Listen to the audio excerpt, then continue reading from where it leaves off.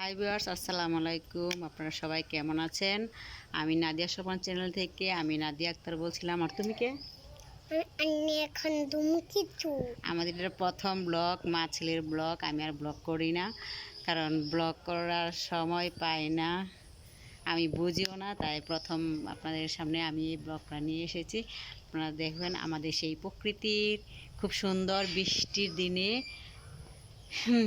দিনে খুব সুন্দর একটা প্রকৃতি। এই প্রকৃতি দেখার জন্য আমরা আপনাদেরকে নিয়ে এসেছি। তো আপনারা কেমন আছেন? আর ধূমকেতু কিছু জাতীয় বাংলাদেশের জাতীয় কী কী আছে ওইগুলো দেখি কতটুকু পারে। বলো, জাতীয় মাছের নাম কি? ইলিশ। বাংলাদেশের জাতীয় ফুলের নাম কি?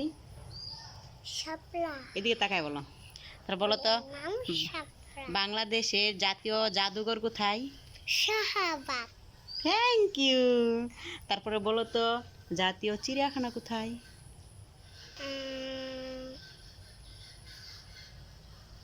বলো, চিড়িয়াখানা কোথায়?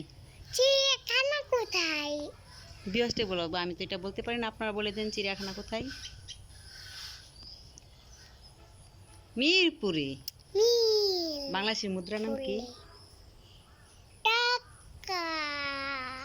তারপরে বলো তো, বাংলাদেশের জাতীয় খেলা কি?